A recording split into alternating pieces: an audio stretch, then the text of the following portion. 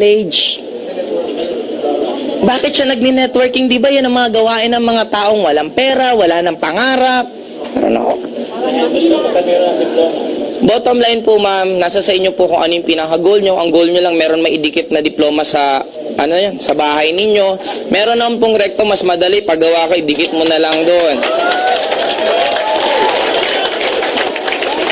But end of the day, the important thing is, pag nagkaroon na po ako ng anak, anong tawag niyan? I'm willing na kung anong gusto niya, kung anong trip niya, hindi ako magdadaan sa basic na flow ng isang normal na tao na sinasabing normal na partner.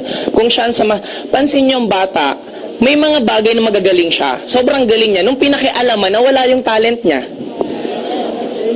Sabi ko nga, pinaka-perfect explanation ko na lang, bakit ang bata iwanan mo ng cellphone? 10 years old, hindi marunong, wag mong turuan, iwanan mo, marunong na mag-text, nakaka-call, nakaka-games. Bakit yung 50 years old na nag-aral na ng elementary, high school, college? Tama. Ang dami na niyang na-meet na tao, ang dami na niyang learnings na dapat mas marunong siya at madali siyang matuto. Nung tinuturuan pa mag-cellphone, anong sabi? Ang hirap-hirap nito, anak, nung panahon namin kasi wala naman nito. Kasi most of us, we always live on the past. Maraming tao, alam mo, nung panahon ko, magaling ako. Panahon mo yun, tapos na yun. We don't need to live on our past. We don't need to live on our future. We need to live today. Ito yung buhay mo. Question pa po. Sige, sir.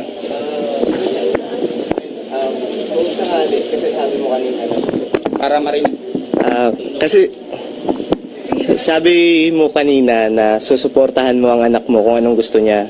Paano kung gusto niya talagang mag-aral ng traditional way ng education natin? Anong sasabihin mo? Anong advice mo?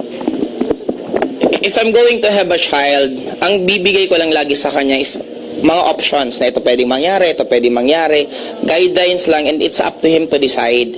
Kasi ang learning sometimes, kahit ang isang tao sobrang tigas ng ulo, hindi mo siya pwedeng pilitin na magbago. Darating ang point na magbabago yan sa tamang pagkakataon, sa tamang panahon, and you just need to show him na if ever ito, parang downline yan may downline na matigas ulo, hindi upline, ito gusto ko, ito effective sa akin. Huwag mong kontrahin. Hayaan mo lang, sabihin mo lang, okay, sige, kung effective para sa'yo, gawin mo. Basta if ever mayroon kang nangyaring hindi maganda sa'yo, sabihin mo lang ako, nandito lang ako to help and to guide you again. Ganoon lang kasimple. Hindi mo kailangan manduhan. Question pa po? Sige po, sir.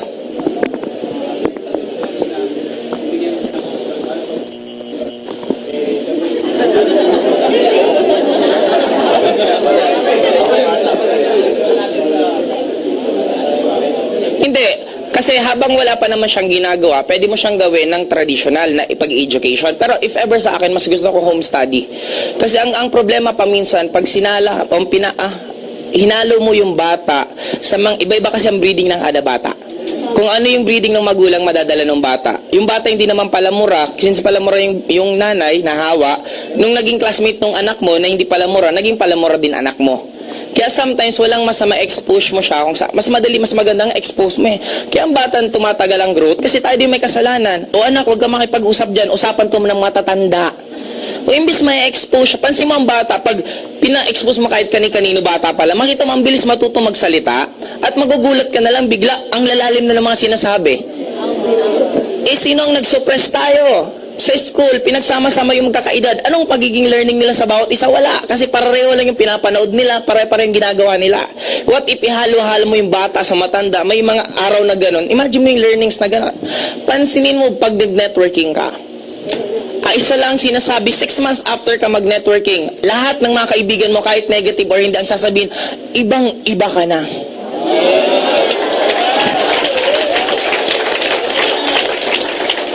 Dati hindi ka naman ganyan mag-isip. Dati ibang yun na lang nasasabi nila. Bakit ganun kabilis yung changes mo? Kasi nga ang dami mong namimit na tao na iba't iba.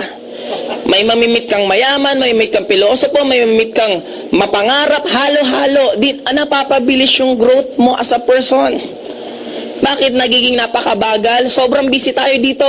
Kaaabang sa mga nangyayari. Tama. Mga skandal, mga nangyari. Andyan, anong nangyari? Patingin nga. Pero yung iba na magaganda, wala kang pakialam. Pakialam ko dyan, hindi yan importante. Yung importante ito lang na nineglect natin. Yung hindi importante naman, yun ang inaabangan natin lahat. O impeachment. Bottom line, end of the day, magkakataluan dyan. Hindi naman sa pinipresentang ebidensya. Magkakataluan yan kung ano magiging desisyon ng mga senators. And end of the day, kahit magkaroon ng impeachment, mahirap umangat ang Philippines dahil sa 1987 Constitution. Bawal mag-invest ang isang foreigner dito sa Pilipinas na magkakaroon siya ng 100% shares. Magiging 40% lang lagi ang shares ng foreigner. Eh, sino mag-invest niyan dito? Tingnan naman parliament. Katulad ng Singapore, katulad ng British, sila napaka-successful nila. Bakit ayaw magkaroon ng 100% shares ang mga foreigner pag nagtayo sila ng negosyo kasi maaapektuhan yung mga tycoons natin? At normally, sila din na may-ari nito. Kaya ikaw control nila ang ibabalita o huwag may balita, baka matira tayo. Iba yung balita mo, ito, pag takpan mo na lang, iba na lang. Yung ano na lang, intriga sa ibang artistang pag-usapan para nandyan yung mga tao. Yung pinaka dapat pag-usapan, hindi na pinag-usapan kasi nga, natatakpan. In journalism, good news is bad news and bad news is good news. Pinatay si ganito, minasakar si ganito, front page. Tumulong si ganito, back page. You see, mas tinatakot tayo ng tinatakot. Mahirap yumaman, hindi po yan. Ang pagyaman po nasa sarili mo. Hindi po nasa country, hindi po nasaan. Kasi sabi nila, kung ang pagyaman nasa Amerika, bakit inimbento pa nila ang beggar? Di sana walang naging mahirap sa Amerika kung ang pagyaman nandun. Hindi, kahit saan. At don't you know, mas maganda nga ang buhay sa Pilipinas. Sa Amerika, pag wala kang trabaho, patay ka doon. Dito, kahit wala kang trabaho, magtanim-tanim ka lang, mabubuhay ka. Philippines is one of the, pag na-compare ko, ang Amerika wala pong natural resources. Ang Philippines, we have plenty. Kaya lang, nagiging tamad lang kasi ang Pilipino, magsasabi pag nire-recruit mo busy, pero pag dito, updated sa lahat.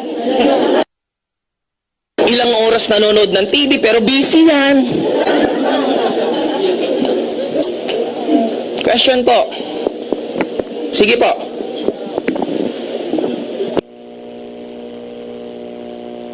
May microphone ba tayong tawag yan, wireless? O sige, wala daw.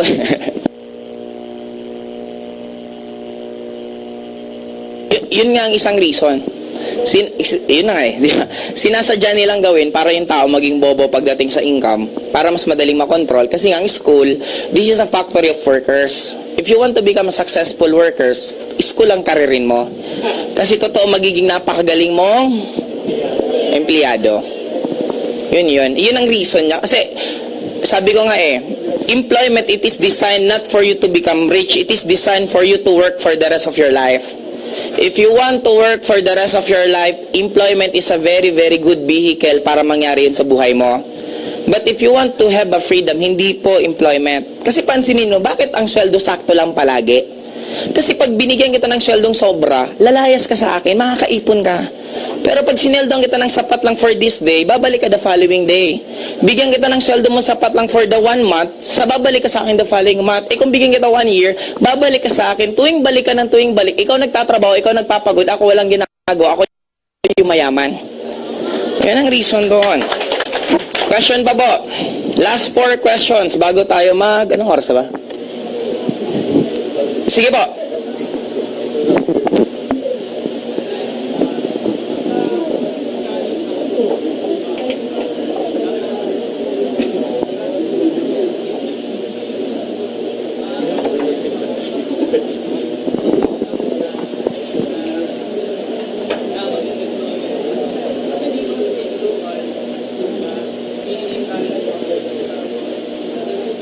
Wait. I need to be clear. Hindi po sa hindi namin ini-encourage na ang isang tao hindi mag-employment.